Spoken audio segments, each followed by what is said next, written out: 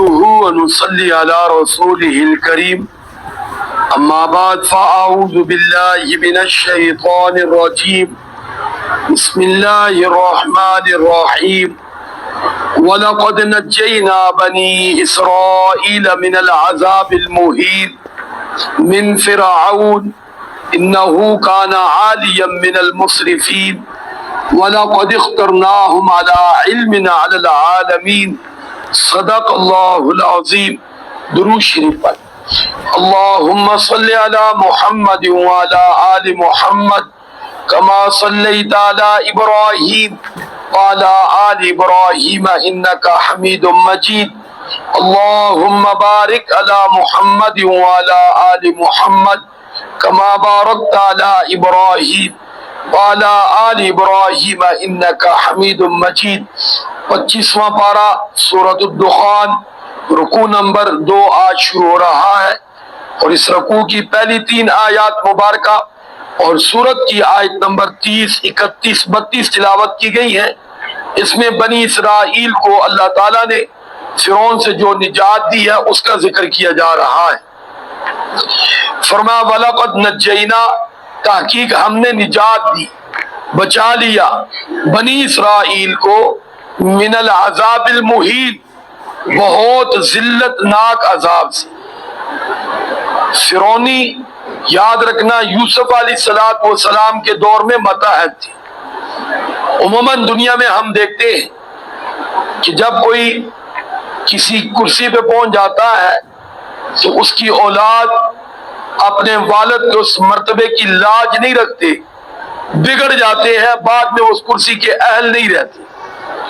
تاجر ہے تو اس کی اولاد بگڑ جاتی ہے، وہ اپنے باپ کے کاروبار کو سنبھال نہیں پاتے، عیاشی میں لگ کر پھر آنے والی زندگی ان کی ذلت کی ہوتی ہے۔ اسی طرح کوئی عہدیدار ہے تو اس کی اولاد کا حال بھی یہی ہوتا ہے، کوئی پڑھا لکھا ہے تو اس کی اولاد کا بھی یہی ہوتا ہے۔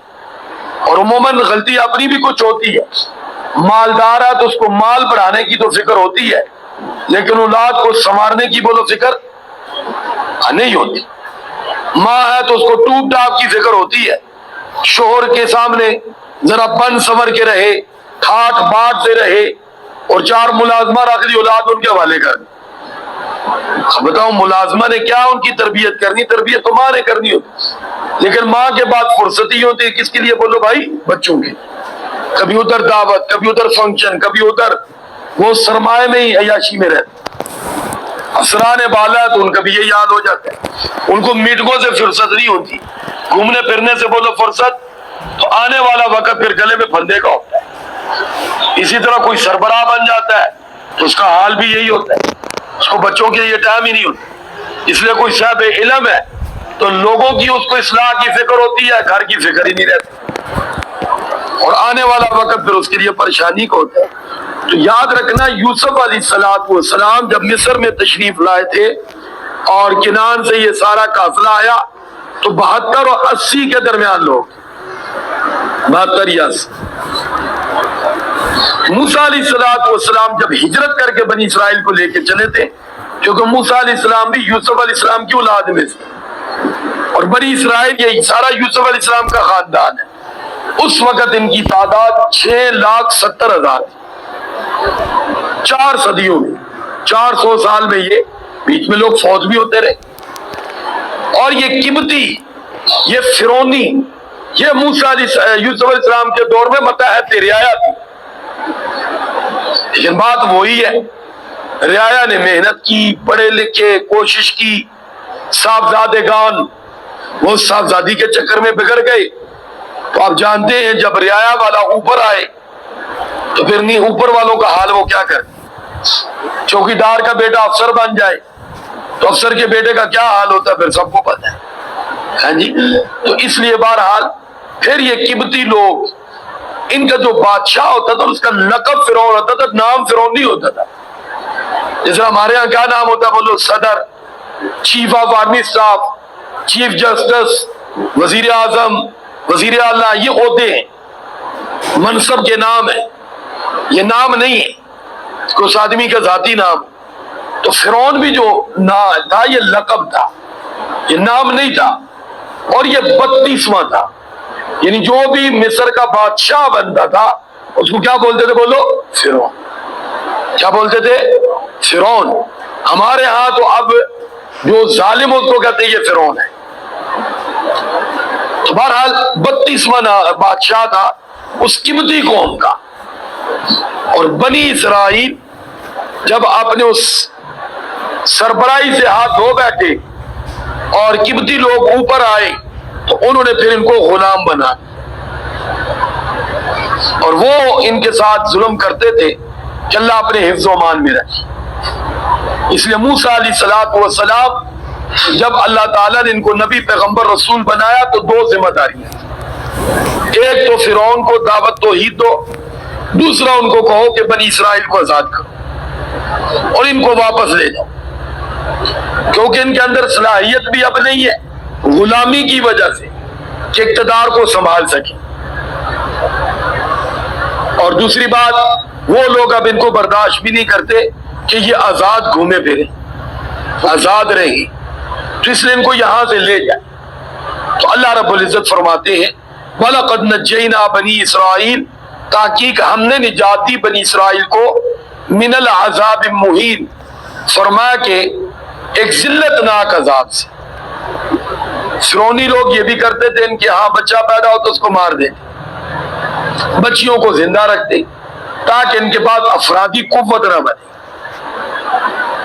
جس طرح آج کل ہمارے ہاں بھی ہے، بیٹا پیدا ہو تو متحد لوگوں کے بچوں کو پڑھنے نہیں دیا جاتا. پڑھ لکھ جائیں گے تو باشعور ہو جائیں گے، شہروں میں نکل جائیں گے، باہر ملک میں نکل جائیں گے اور اپنے ہاتھ سے نکل جائیں گے. اس لیے وڈیرے، چودھری، سرمایہ دار یا اپنے غلام غریب، ملازم، متحد لوگ، ان کی کوشش ہوتی ہے کہ ان کے بچے پڑھے نہیں تاکہ بچیاں نسل در نسل ان کے گھر کے کام کریں اور بچے نسل در نسل ان کے ہاں کام کریں، ملازم آئے. پھر آپ جانتے اجرت کیا ہوتی ہے؟ بولو کچھ بھی نہیں. ہمارے گاؤں میں یہ ندیم افضل چند کا ہمارا گاؤں ہے، ہمارے گاؤں کے آپ جانتے ہوں گے اس کو. ہاں جی، ملازم کی 3000 مہینہ تنخواہ بنتی ہے. اس 3000 میں کیا کر سکتے؟ شام کو دودھ کا کلو وہاں سے اس نے لے کے آنا ہوتا ہے، وہ بطور احسان. روٹی 2 روٹی بیچاروں نے سر پہ رکھ کے ادھر سے لانی ہوتی ہے بطور احسان. کوئی مر جائے، کوئی پیدا ہو، کوئی خوشی ہو، وہ سارا انہی سے لے کر اس نے بطور قرضہ. مدد نہیں، کیا سارے بولو اپنا نظام. اور وہ پیدا ہونے والا درخت ان کا ملازم ہوتا ہے. درخت ہاں اس نے جان چھڑانی ہے تو وہ کہتے ہیں ایک سے پکڑ کر دوسرے کو دے کر ادھر پھنسنا ادھر جان چھوڑنا. ان کو عموماً مسلی کہتے ہیں. ہمارے اس قوم کو کیا کہتے ہیں؟ مسلم شیخ بھی کہتے ہیں. ہاں جی، تو وہ بیچاری اسی طرح پس ہے. اللہ اپنے حفظ و امان میں رکھے. ہاں جی، تو یہ ایک معاملہ ہوتا ہے. اور ہمارے یہاں آج بھی اس ملک میں ہے، آپ کے ہاں وہ تلا بچہ ہے، اس کا دادا یہاں جب نماز پڑھنے آتا تھا یہ اس طرف سے ہے اکاڑا، اس طرف سے وہ بتاتا تھا کہ کار صاحب میں بچوں کو پڑھانے کے لیے شہر لایا. ہمارے گاؤں میں پڑھنے نہیں دیتے، وڈیرے پڑھنے نہیں دیتے بچوں کو. اس لیے کسی نے بچوں کو پڑھانا ہے تو گاؤں سے جھلی بسرا گول کر کے نکلنا ہے، وہاں رہ کر پڑھانے کی بولو اجازت. ہاں جی، تو یہ غلامی کا ایک آج بھی ذہنی طور پر ہے. اور پھر غلامی اجتماعی بھی ہوتی ہے، اقتصادی بھی ہوتی ہے، تہذیبی بھی ہوتی ہے. جس طرح میں اور آپ اجتماعی طور پر غلام ہیں، اقتصادی طور پر غلام ہیں، یہ ممالک کے تحت ہوتا ہے. جس طرح ہم اپنے ملک کے جو مافیا نام ٹولہ اس کے بھی غلام ہیں. ان کا جب چاہے جس وقت چاہے کسی چیز کو فلاپ کر دے، بند کر دے، کم کر دے، ریٹ بڑھا دے، حتیٰ کہ حکومتوں کو بھی بیک گیئر لگا دیتے. ہاں جی، اس طرح آپ نے جانتے کہ تیل ایک حکمران نے بہت سستا کیا تو ملنے کیا ہو گیا؟ بولو بند ہو گیا. عوام الٹا اسے ڈبل پیسے دے کر بھروانے پہ مجبور ہو گئی. انہوں نے کہا یار تیل دو سی جتنے مرضی لے لو. یہ کیا ہے کہ اس کے پاس اتنی پاور نہیں تھی کہ ان کی گچی کو پکڑے کہ تم کون ہوتے ہو اس کو بند کرنے والے. تو یہ ایک اقتصادی طور پر قومیں غلام ہوتی ہیں۔ ہوتا کیا ہے اس میں خاص طور پہ میں نے اب ایک قرضے کی تو یہ آپ کو صورت بتائی، ایک قرضے کی ممالک طور پہ ہوتی ہے، جس طرح ہم لوگ باہر سے قرضہ لیتے ہیں تو بعض وقت میں شرائط کیا ہوتی ہے، اس میں دو قسم کی شرائط ہوتی ہے۔ ایک قسم کی شرائط یہ کہ ہم نے جو بھی خریدنا اسی ملک سے خریدنا، جس سے ہم نے کیا لیا بولو، قرضہ، اس نے اپنی مرضی کے ریٹ سے دینا۔ دوسری بات، اس کا سفیر، اس کے لوگ ہمارے ملک میں آئیں گے، یہاں سرمایہ کریں گے، سرمایہ داری کریں گے، اس سے ان کی تہذیب بھی آتی ہے۔ کیا آتی ہے؟ ان کی تہذیب بھی آتی ہے، ان کی ثقافت بھی آتی ہے، ان کی بے دینی بھی آتی ہے، ان کی بے حیائی بھی آتی ہے۔ وہ ہمارے بڑوں سے زیادہ پاور میں ہوتے ہیں کیونکہ ہم ان کے مقروض ہوتے ہیں، اس لیے پھر وہ اپنے ہاں جب فنکشن کرتے ہیں تو وہ اپنی تہذیب کے مطابق کرتے ہیں، اور ہمارے جانے والے انہی کی تہذیب کو اپنا کر جاتے ہیں کیونکہ ان کے فنکشن میں جانا ہے، بولو ان کے فنکشن میں، اور پھر وہی تہذیب ہم پر مسلط ہوتی ہے۔ جو اس کے لیے رکاوٹ بنے اس کو سائڈ پہ لگا دیا جاتا ہے، چپ کر کے سائڈ پہ ہو جائے تو اچھی بات ہے، نہیں تو یوں کر کے سائڈ پہ کر دیا جاتا ہے کہ تجھے بولنے کی بولو اجازت ہاں نہیں۔ اب جس طرح دیکھیں یہودیوں کو تسلیم کرنے پہ اس علماء رکاوٹ بنتے، کیوں؟ اگر آپ یہودیوں کو تسلیم کرتے ہیں تو ان کا سفارت خانہ یہاں بنے گا، سفارت خانہ بنے گا، وہ اپنی تہذیب پھیلائیں گے، وہ یہودیت کو کیا کریں گے بولو بھائی، اور جو رکاوٹ بنے گا اس کو گورنمنٹ خود سائڈ پہ کرے گی، کیونکہ یہ معاہدہ ہوگا۔ کیا ہوگا؟ یہ معاہدہ ہوگا، ہمارے خلاف جو بولے اس کا علاج تم نے کرنا ہے، ہاں جی، جو ہمارے خلاف آواز اٹھائے اس کا علاج تم نے کرنا ہے۔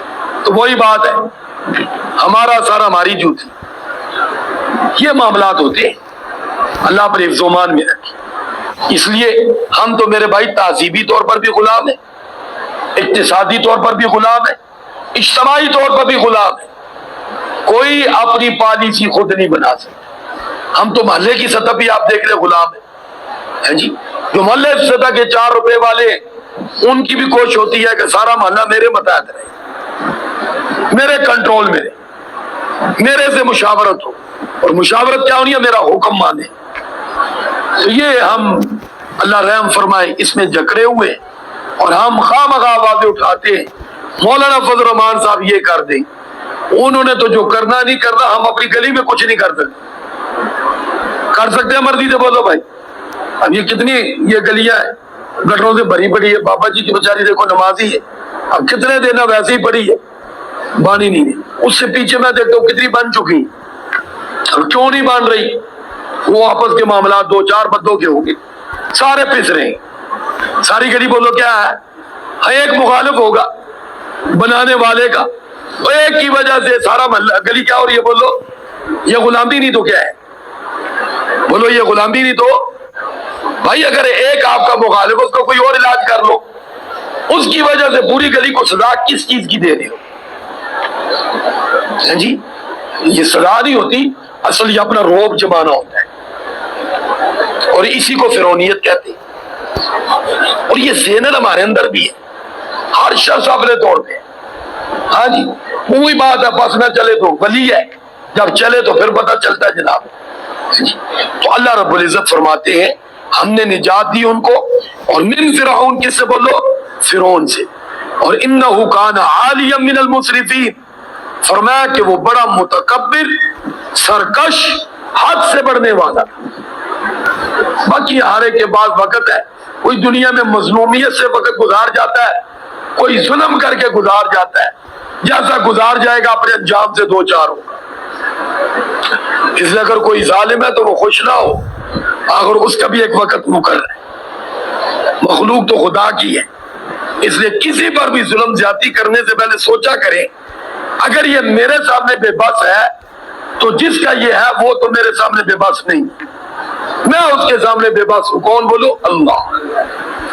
وہ تو کسی کے سامنے بے بس، ہاں، کوئی مال والا ہے، عہدے والا ہے، کسی جگہ بیٹھا ہے، تو یہ اس کو سوچنا چاہیے کہ جس انسان پر میں ظلم کر رہا ہوں، آخر یہ انسان بندہ تو اللہ کا ہے، اس اللہ نے اگر کسی وقت بھی میری ڈوری کھینچ لی تو اگلے پہلے سارے کھاتے پورے کر دے، دیکھو جیسے فرعون کی کھینچی، کس نے بولو بھائی؟ اللہ تعالیٰ نے. تو یہ بات ان کو بھی سوچنا چاہیے کہ بظاہر اگر دنیا میں ہمیں کوئی پوچھنے والا نہیں ہے، کوئی ہم سے ٹکر لینے والا، لیکن ایک ذات موجود ہے، اگر اس نے پکڑ لیا تو سارے کھاتے کیا کر دے گا؟ بولو ہاں. یہ بارہ سوچ کر قدم اٹھانا چاہیے. انسان کو نہیں دیکھنا چاہیے اس کی اوقات کیا ہے، اس کی ذات، اس ذات کو دیکھنا چاہیے جس نے پیدا کیا ہے، وہ ساری قوتوں کا مالک ہے. تو اللہ رب العزت فرماتے ہیں وَلَقَدِ اخْتَرْنَاهُمْ، ہم نے منتخب کر لیا بنی اسرائیل کو علی علم، یعنی پھر ان کو علم دیا علی العالمین، جہان والوں پر. تو انسان کے پاس سب سے بڑی دولت علم ہے، اور آپ جانتے ہیں انہوں نے ہمیں اپنے علم سے دور کر کے اپنا وہ علم ہمیں دے دیا ہے. آج ہمارے معاشرے میں قرآن و سنت کی درسگاہوں کی وہ قدر نہیں ہے ہماری نگاہ میں، جو اللہ معاف کرے انگلش میڈیم سکولوں کی قدر ہے. اب دیکھ لیں بھاری فیس، غریب سے غریب آدمی بھی برداشت کر رہا ہے، غریب سے غریب آدمی، غریب سے غریب آدمی. جی ہمارے ہاں ابھی ایک بچی یہیں سے بیاہ کے، نام لوں تو بہت غریب لوگ ہیں، ان کی بچی ہے، وہ بتانے لگی 50,000 روپیہ 2 بچوں کا ماہانہ برداشت کر. کتنا بولو؟ 50,000. یوکا، یوکا، یوکا کیا لفظ ہے؟ یوکے وہاں کی شاخ ہے جی. وہ یوکے چلے جائیں گی، باہر چلے جائیں گی، زندگی بدل جائے گی. تو یہ سوچ ہوتی ہے، لیکن یہ نہیں پتا اس کی تو بدل جائے گی، میری بگڑ جائے گی. بیٹا یوکے چلے افزا واپس آتا ہے، تو ماں باپ ان کے یوکا یہ بابا فرید کو. اللہ ہمیں سب نصیب فرمائے. ہاں جی درود شریف پڑھیں. اللهم صل على محمد وعلى آل محمد كما صليت على إبراهيم وعلى آل إبراهيم إنك حميد مجيد. اللهم بارك على محمد وعلى آل محمد كما باركت على إبراهيم وعلى آل إبراهيم إنك حميد مجيد. لا إله إلا الله محمد رسول الله صلى الله تعالى